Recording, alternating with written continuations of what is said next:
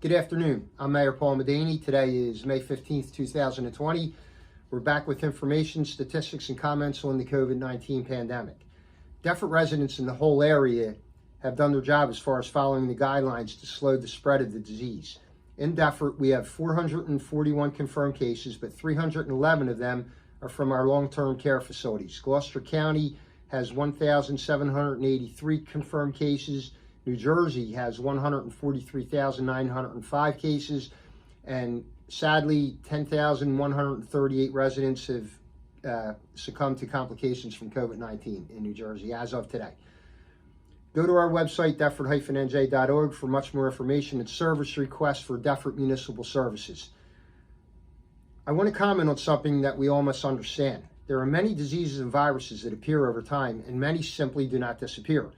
Pandemics are not a new phenomenon.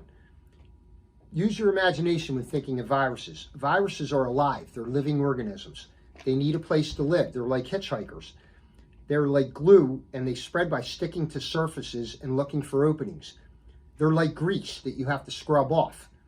If you imagine this, it helps you. Contagious diseases have been with us throughout human history and always will be. Some we have eliminated, some are still with us. Smallpox, the plague, malaria, influenza, tuberculosis, HIV, cholera, rabies, Ebola, pneumonia, the list goes on and on. Polio was eradicated through science and vaccinations. Smallpox vaccinations go back to colonial times. Thomas Jefferson himself was inoculated for smallpox. As a matter of fact, General George Washington at the time had his troops vaccinated against smallpox and basically saved the revolution by doing it, and also broke the law by doing it at the time too. Yellow fever in the early 1900s was a pandemic. HIV is still with us. Variations of the so-called common flu will always be a threat and kills people every year. The point of all this is COVID-19 is not going to be eradicated anytime soon, if at all. We must accept that it is here. It is a life or death threat for some, a very serious illness for many, and for most, it causes minor symptoms. We're still trying to understand it. Just read about folks who have recovered in some of their stories. First and most important, there is no vaccine for this COVID-19, and there will not be one for quite a long time. So what do? We follow science, first of all. We protect ourselves. We change habits ingrained in our culture. We stop shaking hands for however long it takes. We constantly wash our hands. We don't cough or sneeze without covering up. We learn to clean and disinfect. We use hand sanitizers. We wear masks. We do all of these things right now. We physical distance ourselves. In the martial arts, there's a saying, do not let someone in your space. That's a self-defense technique that we teach. Now it becomes a health technique. Don't let anybody in your space. Finally, we admit to ourselves that the virus is among us and we have choices. We weigh risks. We decide what is the cost of opening society and getting back to business.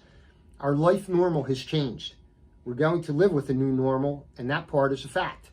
People are going to get sick from this and a multitude of other diseases and afflictions. Elected officials must make decisions based on science while taking into consideration what citizens and residents want.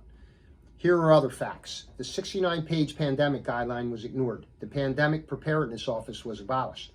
The National Security Global Health Unit was disbanded.